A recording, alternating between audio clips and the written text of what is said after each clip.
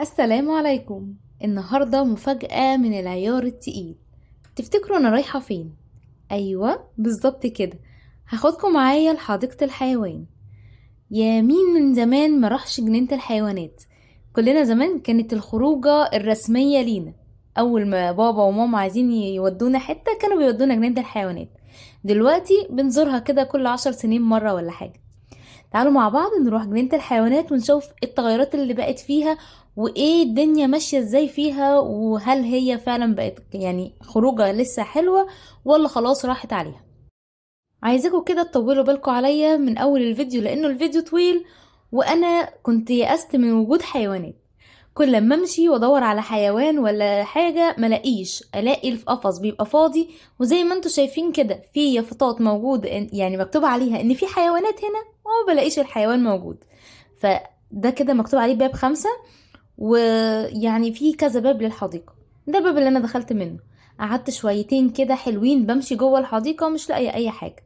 الصراحة وحق ربنا الحديقة كانت نظيفة جدا، ودي كانت من اهم مميزاتها. قفشت لكم حيوان هناك اهو، تعالوا نجري نشوف ايه دوت ايه ونصوره شوية كده. انبهرت طبعا، والعيال انبهروا اول ما لقوا حيوانات بعد ما كانوا يئسوا. قاعدين بقالنا يعني حوالي 10 15 دقيقة بنلف بس مش لاقيين اي حيوان. لكن لقينا البجع اللطيف دوت وقعدت اصوره وكان شكله حلو جدا. كان هنا في البحيرة بتاعته، هم عاملين له بحيرة كده. ودي مفروض كافيتيريا مهجورة، يعني هي مش مهجورة بس هي مفيش اي حد عليها. وجنبكو بيبقى فيه ايه البجع وهو بياكل وبيصطاد السمك كده. فكان شكله حلو قوي قوي بجد. وده يعني اللي حسسنا ان في امل في الحديقة، ولا في حيوانات ان شاء الله. وما نفقدش الامل ونكمل مع بعض الفيديو. خدنا صورتين مع البجع وبدأنا نمشي في طريقنا ونشوف حيوان تاني، ما احنا مش جايين عشان نشوف البجع بس. اي نعم كان لطيف بس مش ده برضه هدفنا. مشيت دقيقتين كمان ببص لقيت ان في حيوان غريب كده قاعد في القفص ده. هو طبعا مش نعامة ولا طاووس. لا هو مدي ده ولا هو مدي ده، حيوان اسود قميء كده هوت ودمه كان تقيل قوي. لا هو باصص على حد ولا اي حاجة ولا مدي اعتبار لحد. كان في منه اتنين بس انا بصراحة استتقلت دمه قوي ومشيت وما كملتش عنده ولا حتى اتصورت معاه. وانا ماشية لقيت قدامي بيت الفيل. من هنا حسيت ان انا فعلا في جنينة الحيوانات وبدأت افرح، والفرحة ما كانتش سايعاني. قلت اخيرا هلاقي الفيل، العيال اخيرا هيشوفوا الفيل كده على الحقيقة. انبسطت جدا. لكن في نفس اللحظة افتكرت ان كان عندنا فيل من سنتين كده كان اسمه نعيمة وتوفى. قعدت اقول لنفسي يا ترى جابوا فيل تاني مكان نعيمة ولا خلاص على كده. بس برضو كان في صوت جوايا بيقولي لا، طالما جيتي حديقة الحيوانات اكيد هتلاقي فيل، امال هي حديقة حيوانات ازاي؟ قعدت اجيلها يمين وشمال من جنب البيت هنا وهنا، مش لاقية فيل. مع ان مكتوب بالفيل الافريقي وحاطين مصرين حاطين اليافطة. بس اللحظة دي ادركت ان خلاص ما بقاش فيه فيل في حديقة الحيوانات. والله يرحمها نعيمة، والبيت اتقفل على كده. مشيت شوية لقيت لك بقى الغزالة، قلت الله، هي دي حديقة الحيوانات ولا بلاش؟ مش فاهمة كان في مالهم ايه الغزال بقى هناك مقفع كده، ومش الغزالة على وضعها خالص. مقفعين وتحس ان هما مش بياكلوا. ويا عيني هي اساسا جاية عمالة تقولي معكيش لقمة يا بنتي اكلها. يا ستي ما فطرتش، وانا مش فاهمة هي عايزة ايه. في الاخر فقدت فيا الامل ومشيت وسابتني. ومشيت انا بعد ما هي مشيت وفقدت فيا الامل. لكن لقيت غسالة تانية، لكن شكلها كده كان لطيف وشبه الغزلان اللي احنا عارفينهم. بس برضو ما حبيتش اديها الامل ومشيت وسبتها لا تفتكر جاية اجيب لها اكل ولا حاجة. وبعد كده مشيت وانا ماشية لقيت بيت او قفص يعني كبير قوي قوي، ومحطوط ومكتوب عليه عنز ابيض وفيه وز. ما شاء الله. بصوا الصندوق مغلق غلق، والله الاسد مش عاملين له الغلق المحكم اللي هم عاملينه له ده، وفي الاخر وز جوه. طب انتوا خايفين للدرجه دي مننا كشعب ان احنا ندخل ناخد الوز ونذبحه ونتغدى بيه؟ يعني مش للدرجه دي يا جماعه. فكان يعني وز عادي ابيض يعني. وبعدين لقيت لكم حور طالعه تجري وتقول يا ماما لقيت في حيوان الحقوا تعالوا بسرعه. البنت يعني بقالها برضو شويه ما لقيتش حاجه كده عليها القيمه، رحت ببص لقيت فرس النهر او كلب البحر يعني بالبلدي كده.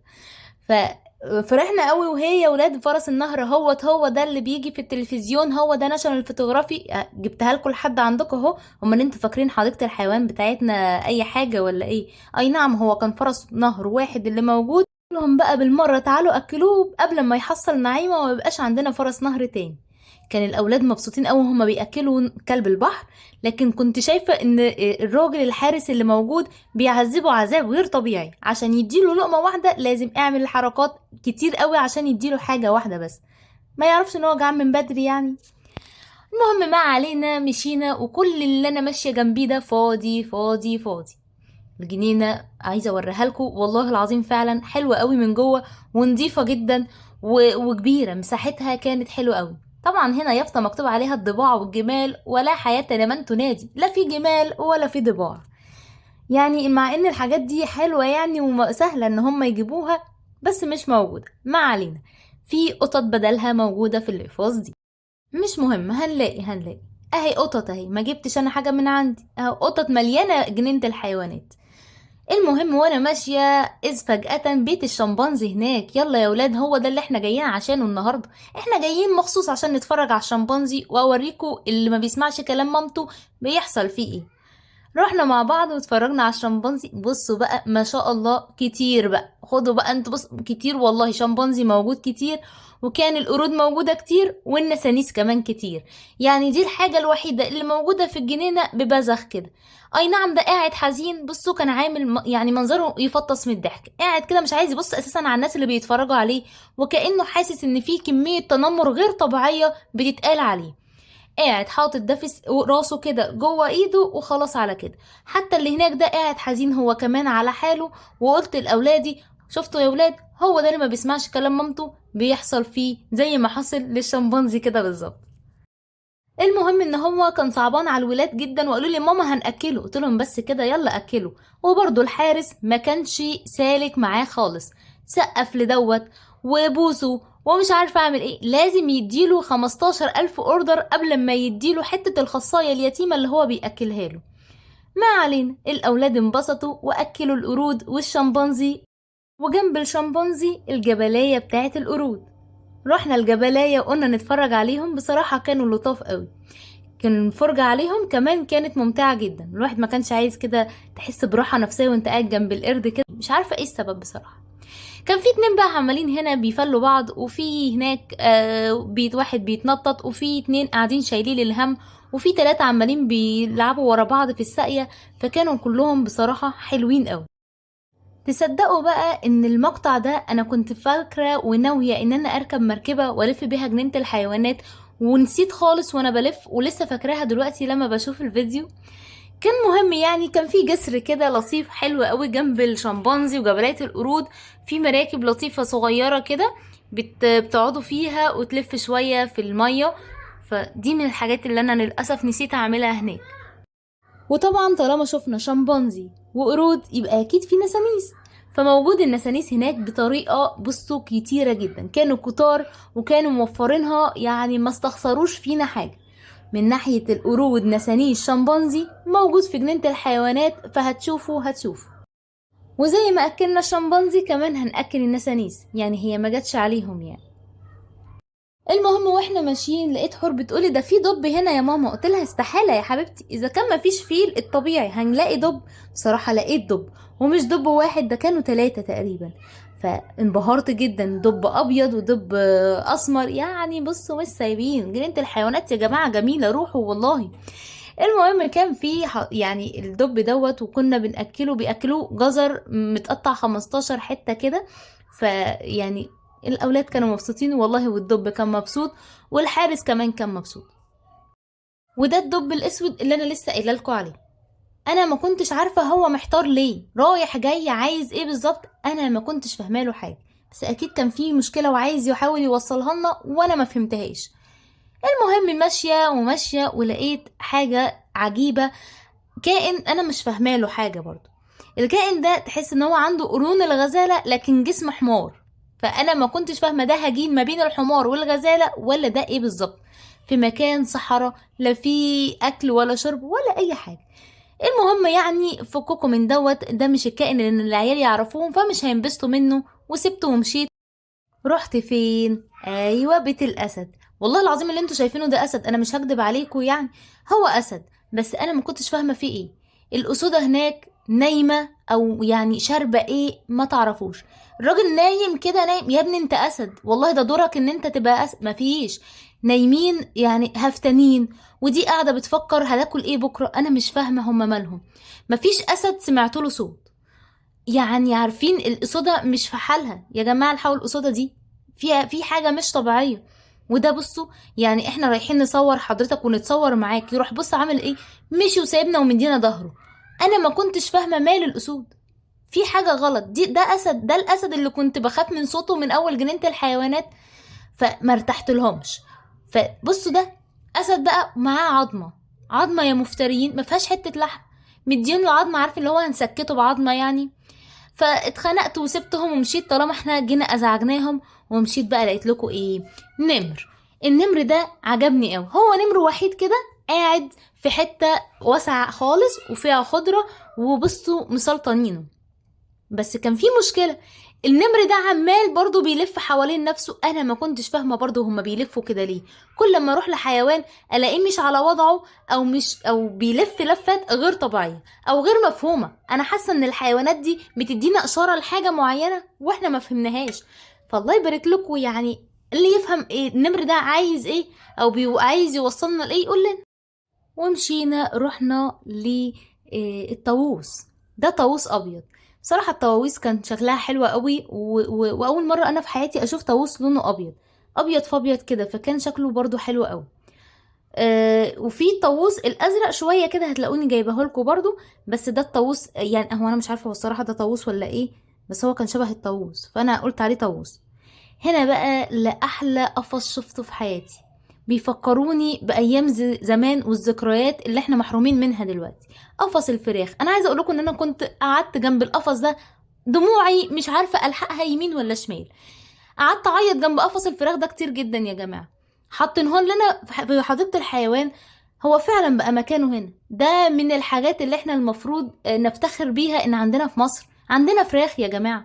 ده الطاووس التاني، ولا ما اعرفش والله يا جماعه ده ايه، لان الطاووس التاني كان فارد جناحاته كده، مش فاهم ما اعرفش. المهم ان ده كائن حي انا صورته هناك اهو. هو ده الطاووس اللي اقصده، الطاووس الازرق. بصراحه رائع، انا ما لحقتوش هو فارد الريش بتاعه دوت، بس كان فرده. يعني كان عامل اللي عليه ومظبط تظابيطه، وكان ما حسسنا ان هو الطاووس اللي كنا بنشوفه يعني. بس زهق مننا ولم ريشه وخلاص. هو بيتمشى برضو، بص هو رايح جاي. اي حيوانات في حديقة الحيوانات رايح جاي. شفتوا ازاي انا كنت متأثرة بالفراخ، رجعت لها تاني ووقفت قدامها تاني، صورت معاها 15,000 صورة. هي دي الفراخ. قعدت بقى اشرح لولادي قدام يعني ان دي الفراخ اللي كنا بناكلها يا ولاد، وكنتوا بتقولوا عليها كوكو. هي دي الكوكو اللي احنا كنا بنعمله في البيت، بس للاسف ما بقاش موجود في البيوت، بس بقى موجود في حديقة الحيوانات. بس لو عايزين توروا ولادكم الفراخ روحوا حديقة الحيوانات. ده برضو النعام بقى. ده النعام ده معروف. لقيت نعام هناك، لقيت حوالي 3 4 كده حلوين لطاف. الراجل الحارس كان مش طايق نفسه ومش عايز حد يكلمه ولا حتى بيعزم علينا ان احنا نأكله، فخدنا بعضنا كده من سكات قبل ما يزعق لنا ومشي. في انبهار تاني بقى، انا رحت حديقة الحيوانات كتير، بس كنت بدخل بيت الاسد اللي جوه اللي كانوا مريحين دول من شوية. اتاري فيه اسودة بره، يعني الاقفاص بتاعتها بره كده في الهوا زي ما انتوا شايفين. لقيت الناس بقى بتصورهم، والقصيدة دي صاحيين كده مفوقة، لكن برضو عمالة رايحة جاية وما بيعملوش اي صوت. بس كانوا صاحيين وبصين لنا ومنتبهين ان في ناس بتصور. فبصوا شايفين الاسد رايح جاي ازاي، عليه طار ما تفهموش فيه ايه. فدي القصيدة اللي احنا لقيناها هناك، كانوا كتير، ما كانش اسد ولا اتنين. اديكوا شايفين كمية الاسود اللي عندنا في مصر قد ايه. بصوا بقى وركزوا معايا كويس قوي، بعيدا عن القطه اللي معديه، ده القفص بتاع القطه. انا بنتي كانت بتقول لي انتوا جايبين لنا حديقه القطط ولا ايه. دي بقى ملاهي جوه حديقه الحيوانات. اللي ما بقاله كتير ما راحش حديقه الحيوانات، بقى في ملاهي جوه الحديقه حلوه قوي. انا برضو ما دخلتهاش، لكن قدامها بيت الزواحف. انا طبعا عشان احط بيت الزواحف مع الفيديو ده هنقعد كتير قوي. بيت الزواحف كان رائع او فوق الرائع يعني 3 مراحل 4 مراحل كده. فقلت انا مش هديله، يعني مش هاجي على حقه ولازم اديله حقه، وهعمله فيديو لوحده. بصراحة كان بالجنينة كلها. بيت الزواحف كانوا مهتمين بيه جدا، حلو جدا. طبعا هو تذكرة غير التذكرة اللي بره ده، يعني من الحاجات اللي معمول لها تذكرة مخصوص. والحمد لله هي يعني مش عايزاكم تتخضوا من ان هي فيها تذكرة تانية، رخيصة جدا. هي اساسا تذكرة الدخول حديقة الحيوانات ب5 جنيه، وبيت الزواحف كمان ب5 جنيه. فانتظروا الفيديو التاني بتاع بيت الزواحف. السلام عليكم.